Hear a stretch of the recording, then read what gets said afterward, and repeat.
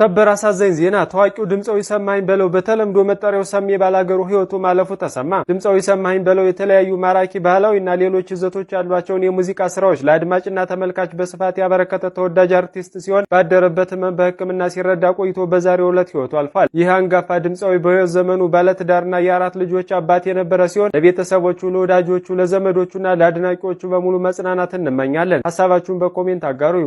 አሁን ምን ነገር ጾም ላይ ነን ያለ ምን ውሸት ነው የምነግርህ። እኔ መኪናዬን አቁሜ ክለብ ጌታቸው የሚባል ጓደኛ ነበረኝና ቤት መጥቶ እስኪ መሰረት ቤት እንሂዳለኝ። መሰረት ጉምጉም ቤት እሺ መኪናዬን እዛው ናይት ክለብ አቁሜ መሰረት ጉምጉም ቤት እሄዳለሁኝ። መሲ ጋር ስንጫወት ቆይነና ፈንድቃሚ ቤት ነበራት። እሷ ደግሞ እዛ አፈንደቃ እሷ ነበረ።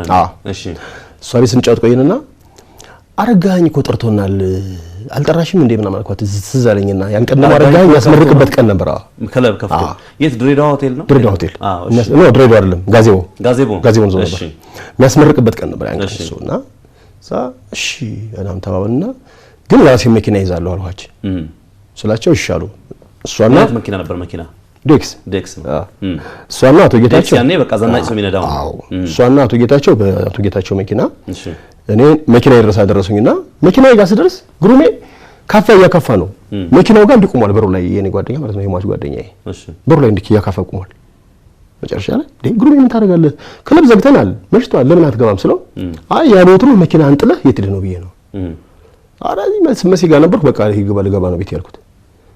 የት ነው የምትሄዳለኝ ለምን ወደ ቤቴ ብለው እኮ አይከተለኝም እንዴት አድርጌ ለዋሸው አረጋኝ ጋር ምርቃት ስላለ ደርሰልን ልንመጣ ነውና ገባ በቃ እንተው ይስለው ልምጣ አለኝ። እንዴት አድርገን ቤት ለዋለ እና ገባልኩት ተያይዘን ሄድን እንጃ 40 ደቂቃ እንኳን አልቆየንም ተመልሰን ወጣን።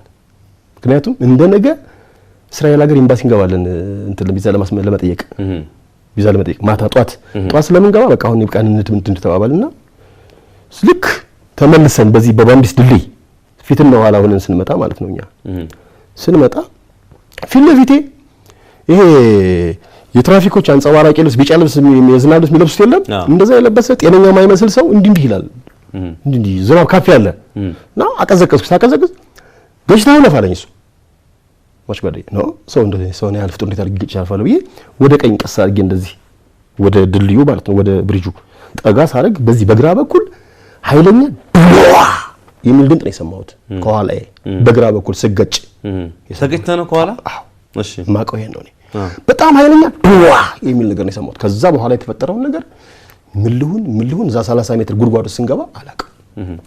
ራሴን ያገኘሁት ቅዱስ ገብርኤል ሆስፒታል ነው። ታሪኩ ይሄ ነው። የገጫችሁስ መኪና ምን አውቃለሁ እሱንማ ህግ ነው የሚያውቀው ነበር እኮ ምን አለ ከዛ በኋላ ምንም የተገኘው ነገር የለም እኛ ገብተናል እኮ እዛ ውስጥ እሺ ከዛ እዛው ነው እሱ ግሩም እዛው ነው ያረፈው ታዲያ እዛው የጉበቱ ተቀዷል በረት ታጥፎ ጉበቱ ተቀዷል። ይሄ ሐሳብ እንዴት ሊመጣ ቻለ ታዲያ የመኪና አደጋ ሲመጣ ከዛ በኋላ ክስ ተመሰረተ መሰለኝና አቃቢ ግን የመሰረተው መጀመሪያ 3 ጊዜ በነጣ ተለቀቁ በዚህ ክስ 3 ጊዜ በነጣ ተለቀቁኝ። እንደውም ሶስተኛው ላይ ምንድነው ያለ ማረሳው እንዴ እኔ ምለው አለ ኮሞሮስ ላይ የወደቀ አውሮፕላን አለ እዛ አውሮፕላን ውስጥ የተረፉ ሰዎች ለምን ተረፉ ተብለው ሊከሰሱ ነው።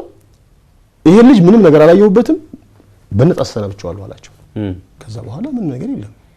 እኔ አራተኛ ጊዜ እንደገና ክስ መጣ። ግን ሰሚ አንድ ነገር ጠይቀህና ጨርስልኛል። አራተኛ ጊዜ ፍርድ ቤት አስመሰልኩት። አራተኛ ጊዜ መጣና እዛ ሴት ዳኛ ነች ሰማኝ ይሄ ነገር ከጀርባው ሌላ ችግር አለበት እንጂ ኬዙ ምንም ነገር የለበትም። ግን በኢትዮጵያ ህግ በገንዘብ ከተቀጣህ ምንም የምትከሰሰው ነገር የለም። አንዴ በገንዘብ ተቀጣህ ደጋሚ ያ ነገር አይነሳም ህጉ የሚለው ነው የምነግርህ። ስለዚህ ግድ የለህም አሁን ልቀጣህ ነው አለችኝ።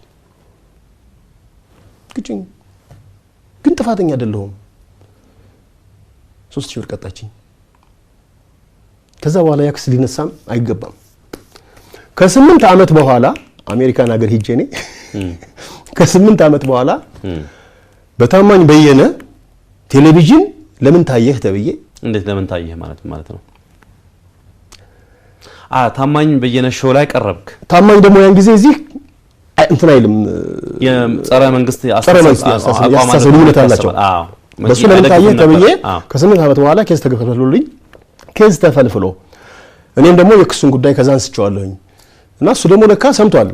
ይሄ እንዲህ አይነት ነገርም እየሰማን ነውና ምናምን ምኑን የትኛውን ነገር ይሄን ክሱን አንደኛ መጀመሪያ ሰይፉ ላይ ጠይቀኝ የ15 ዓመት የሚያሳስር አንቀጽ ተመሰርቶብሃል ሰው በመግደል ምናምን ብሎ ሰይፉ እዛ ታማኝ ጋር ሳልደርስ ከ3 ቀን በፊት እኮ እዛ ሳትደርስ ለምን እንዴት አለ ማለት ነው? አሜሪካዊ እሱ ሰምቷል። ኬሱን ሰማል። አዚ ተጀምሯል ክሱ ለምን 8 ዓመት በኋላ አሁን መቅረብ ነው ካልከኝ እንዴት ሳትቀርብ እንዴት አለ ነው?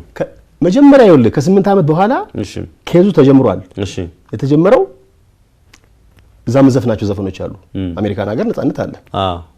ስለዚህ መዘፍናቸው ዘፈኖች ደግሞ እዛ አክቲቪስት ሆንክ እዛ ሄደ ማለት እዛ ሂጅ አክቲቪስት ሳይሆን የሚሰማኝ ነው የምናገረው የሚሰማኝ ነው የምዘፍነው ነው። ምክንያቱም የኦሮሞ ወተት ቀድታችሁ አምጡልኝ፣ የትግሬውን ወተት ቀድታችሁ አምጡልኝ፣ የአማራውን ወተት ቀድታችሁ አምጡልኝ፣ የጉራጌ ወተት ቀድታችሁ አምጡልኝ፣ ይሄን በአጠቃላይ ድብልቅልቅ አድርጉልኝ፣ ይሄንን የሚለይ እስኪ ሊቅጥሩልኝ ምናምን ነው የምለው። ምዘፍነው ዘፈን እኮ ተራሱና የአንድነትን ነው የምሰብከው በዛው ሆኜ። ይሄንን ደግሞ እዛ ሆኖ ደግሞ የሚያቀበል ባንድ አለ የሚያቀብል ባንድ አለ እና ክሱ የተመሰረተ በዛ ላይ ነው። እሺ ከዛ አንተ ባሳረከውና ታማኝ ጋር ቀረ። ከዛ ሰይፉ ደግሞ ደወለና ሰይፉ ደውሎ በ15 ዓመት የሚያሳስር አንቀጽ ተመሰርቶብሃል ትመጣለህ አትመጣም ምናምን አለኝ። እንዴ እንግዲህ አሁን የምትለው ነገር የዛሬ 8 ዓመት የተዘጋ ፋይል ነው። እስካሁን ምን ዘው ቆይተው ነው አሁን በ8 ዓመት በኋላ እንደገና ይሄን ነገር ቀስቅሶ በዛ ኬዝ ክስ መስርቶ አስራለሁ ብሎ መፎከር ምን ማለት ነው? የተዘጋ ፋይል መልሶ አውጥተው ያውም ህጉ የማይፈቅደውን እንዲህ እናደርጋለን ካሉ ኢትዮጵያ ውስጥ እየለም ማለት ነው አልኩት። እቺ ቃል ደግሞ ተያዘችልኝ። ህጉንም ተሳደበ ተባልኩና 4 ዓመት ነው አይቆንድዱኝ። ስለዚህ አንተ እስር ቤት የገባሁት በፖለቲካ እስረኝነት እንጂ በጭራሽ ከግሩም ጋር የተያያዘ ነገር ኧረ በጭራሽ አንድ ጥያቄ ሊሆን አይችልም ይሄ